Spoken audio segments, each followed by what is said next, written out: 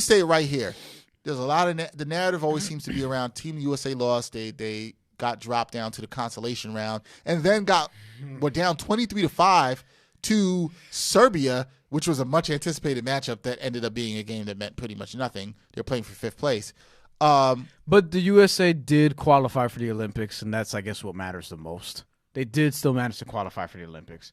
But, you know, when you're USA basketball and this sort of happens.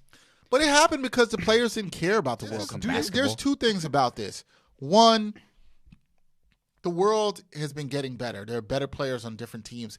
And I thought the dangerous teams in this tournament for this USA team, which was not like loaded with all-star talent, okay? 2 all-stars on the team. Thought they had enough to win it, though. I'm not going to lie. Oh, they had enough to win it, but I also don't think it was the most structured team. They didn't have enough shooting, which to me it was a problem. They did not have enough shooting, and they probably could have used a better interior defender on this team. Miles Turner's pretty good, but really good. Yeah, who I thought saw some good things from him. I think will have a good season, but I just think they didn't have enough shooting. It also if Team USA has its best players, they will win. Yeah. But the thing is, you're not probably going to get that. But I mean, just look at. I think they will for the Olympics. Right, and we're going to get to that in a second. But just looking at this roster real quick because you brought it up. I mean, look, I like Derek White as a player, a good deal. He shouldn't be there. He shouldn't be in Team USA. And even I like at the him FIBA as a World player. Cup. Like him as a player, shouldn't be there. I like Joe Harris as a player, shouldn't be there. No. All right. Donovan Mitchell, yeah, absolutely. Yeah. that is. I remember FIBA World Donovan Cup. Mitchell, Jason Tatum, Jaylen Brown, Kemba Walker, Chris Middleton. Those guys should all be there. Marcus Smart. I like Marcus Smart, but no. Right. You know Agreed. the problem was Harrison Barnes, Jaylen Brown. You know what I mean? Mason Plumlee. Come on. Like, basically, they should have kept half that team. I'm good with Miles Turner, Chris Middleton, Kemba Walker, Donovan Mitchell. Horrible. Yeah, that's true. And Brook Lopez too. I'm good with Jason Tatum, but it's like stretch the floor. That should have you should have gotten guys like Devin Booker, Karl Anthony Towns, even though. But those guys turned it down, right? And that's so. What are you going to do? Well, this is what's going to happen: is that the Team USA just sort of moves in cycles, right?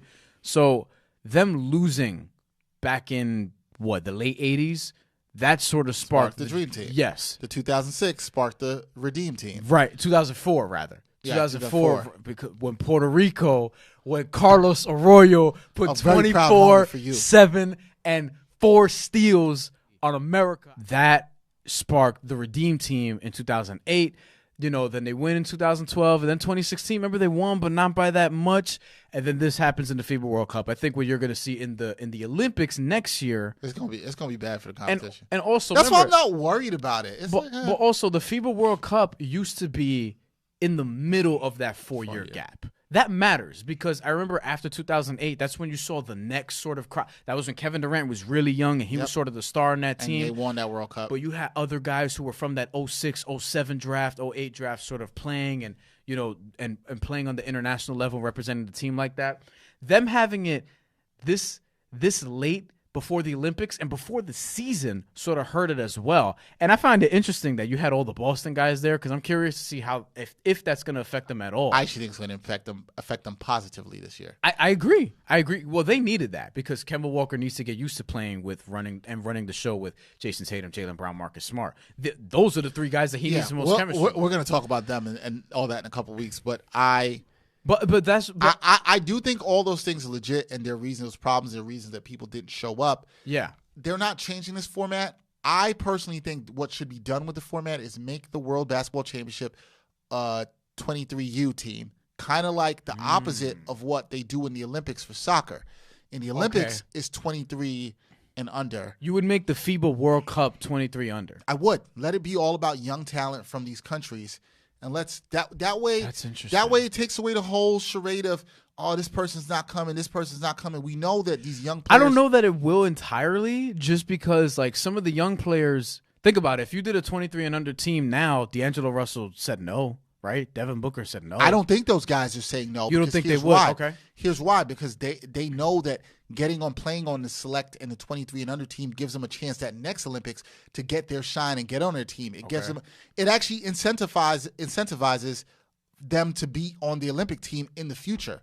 right now there's really no incentive for the FIBA World Cup. But if you could make it a 23 and under, now those guys who are young are like, yo, this is kind of my chance to shine on the world stage. Right. I can also then get a look when I'm a more established star 4 years down the road, or actually would be the next year, to maybe get a shot in the team, or the next time the Olympic team comes around.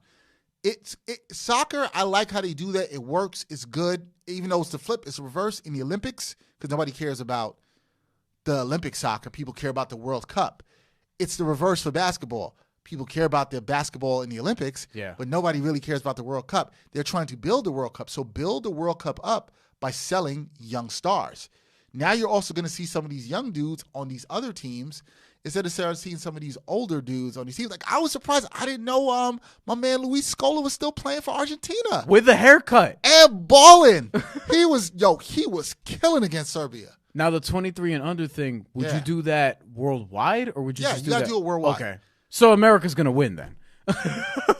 They're going to win if it's our 23 and under, if it's America's 23 and under and everyone else is 23 and under. An entire World Cup thing, because I'm not even talking about in terms of for America. I actually think it's just a good thing for basketball, because now you're differentiating between the two tournaments. It's like if I look at Olympic soccer, I know I'm looking to see these young players on these squads that might be coming in a couple of years. That if you're a soccer head, you're going to know about these guys, but you're like, okay, I want to see them in international play, because on the main club, they're not going to get that kind of burn. But here's the thing: it's like with FIBA, they're trying to make this tournament matter more.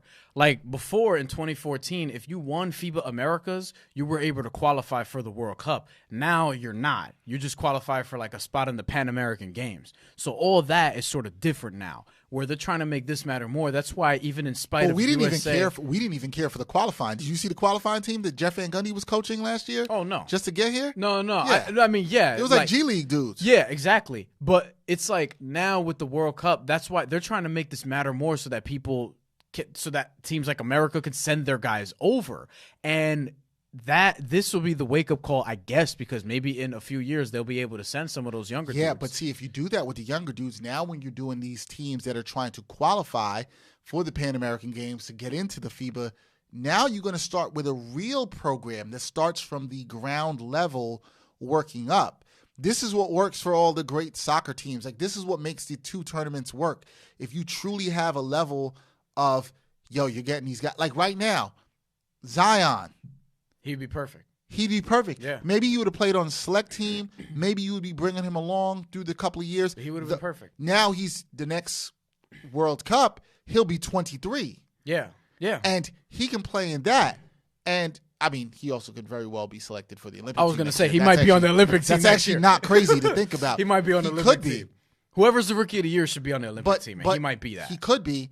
And now you can see certain things like that. So I think they need to just look at the format. It just, to me, is better for basketball. I know one tournament will be about the young stars and the other will not. I know FIBA probably wants to make it more about, they want to make it like the World Cup of soccer, but they have a long way to go before they can make it that. And here's the thing, having it in China didn't help us here in terms of like people watching it from America on ESPN Plus. Yeah, but they're thinking about, they got to think about it as, oh, for sure. No, they're thinking about it internationally. I don't know how it's doing internationally, but I know here people didn't I'm sure it did fine. People didn't care as much because A, they know USA didn't send their best guys and they expected to win, and then B, when they lost, they were like, oh, whatever. They didn't send their best guys. I hate to say it's kind of but I kind of like. But I'm really into the FIBA World Cup.